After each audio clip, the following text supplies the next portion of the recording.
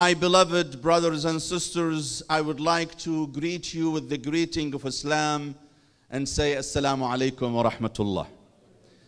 I'm so honored and delighted to be back and to join you today in the Friday prayer after 1 month of being away, where I performed a ziyarah of our beloved Imams alayhim salam in Iraq and in Iran.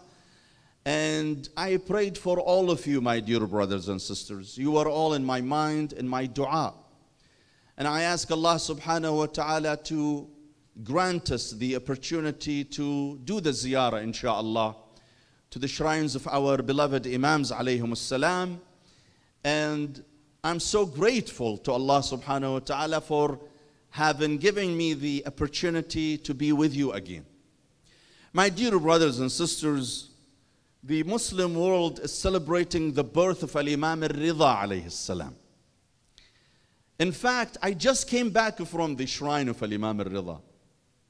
Every time I go and visit Imam Al-Rida, I am more and more puzzled with the greatness of this man. The man has passed away over 13 centuries ago. When he passed away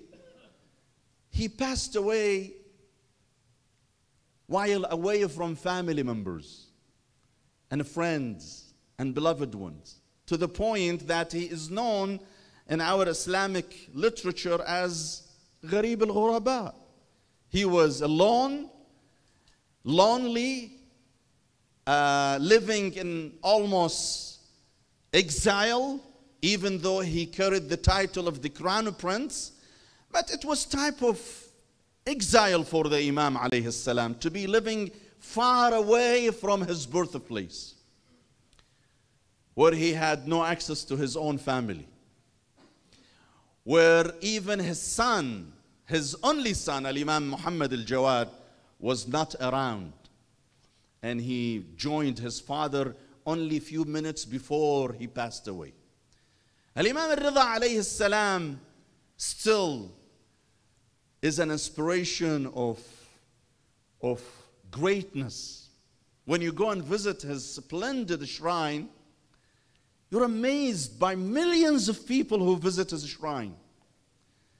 And for your information, my dear brothers and sisters, the size of the shrine of Al-Imam Al-Rida alayhi salam is larger than the size of the largest mosque in the world, and that is the Holy Mosque in Mecca. The capacity of his mosque is over 2 million people. You need a guide to take you in and to take you out, otherwise you will be lost in that beautiful, splendid shrine. And I want to ask you a simple question. If this man was not a man of God and inspired by God and appointed by God, what does make people to continue coming to his shrine by millions 13 centuries after his demise? Why? What was it about him? He's not paying any people to come and visit him. It is the other way around. People spend millions of dollars to go and visit his shrine. Sometimes you can't even find a flight to take you to Mashhad. You go to Mashhad, you can't find a room in any hotel, despite the prominence of his city. People from around the world still continue to come and visit him. This is a sign by itself that this man was appointed by Allah to be the leader. A man who was defenseless, who never owned an army, never had something to lure people with, such as money. He never used any method to intimidate people so they surrender to his power. Never.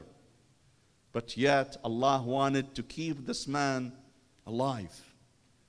You go and see his splendid shrine today. Al-Imam Al-Rida alayhi salam translate the akhlaq the morality of his grandfather Rasulullah sallallahu alayhi wa sallam.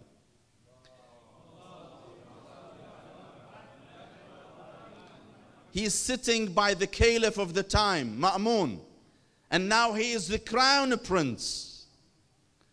After he was persecuted by the previous caliph, now with the new caliph, Ma'mun, he became the crown prince, number 2 individual in the Muslim state, the second highest ranking authority.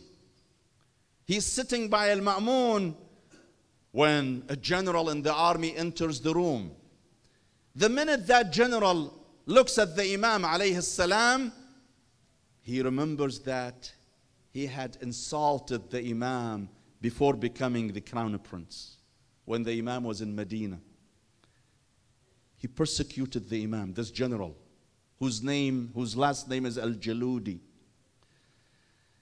When the Imam saw the man coming in, and apparently he had committed a crime that the caliph had summoned him to his court to basically punish him, the Imam whispered in the ears of the Ma'mun, the caliph, that I know you want to hold this man accountable. Seeing him so fearful, intimidated, I think that is enough punishment for him. And I recommend that you forgive him, you pardon him.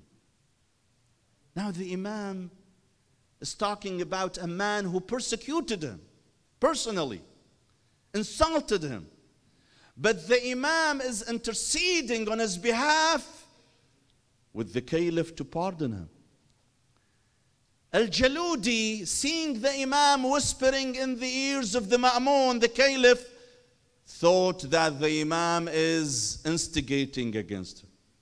He thought the Imam is asking Al-Ma'mun to retaliate, to punish him. He looks at the Ma'mun and he says, أقسمت عليك يا أمير المؤمنين أن لا تقبل قول هذا الرجل بحقي.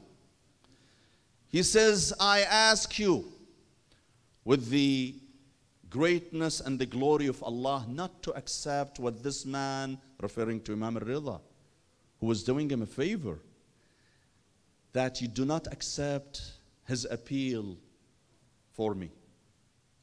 You do not accept his words. You reject what he's asking you to do. Al-Ma'mun, being stunned with what he saw, Al-Imam Al-Rida is asking him to pardon this man, and the man, Al-Jaludi, is asking Ma'mun to reject what Al-Imam Al-Rida, thinking that Al-Imam Al-Rida is mobilizing the Ma'mun against him. He says, yes, I accept your request, that I'm not going to accept the request of Al-Imam Al-Rida. He's asking me to pardon you. لا والله لن أعفو عنك وإني أقبل ما تقول. Yes, I'm not going to accept his intercession. Now I'm going to punish you. In fact, the man was trying to intercede for you. And he did punish the general in the army. This shows that our Imam and our Imams in general holds no grudges against anybody. Even against their own enemies. Even against those who did disservice to them. Even against those who insulted them. The Imam alayhi salam holds no hatred for nobody. And this shows why Allah picked him among millions of people to be our Imam, to be our leader. بكم فتح الله وبكم يختم وبكم يمسك السماء أن تقع على الأرض إلا بإذنه. It is them, through them, that Allah subhanahu wa ta'ala sends His blessings to people. It is them who set the best example on how our Prophet acted. They represent the akhlaq of their grandfather, Rasulullah sallallahu alayhi wa alayhi.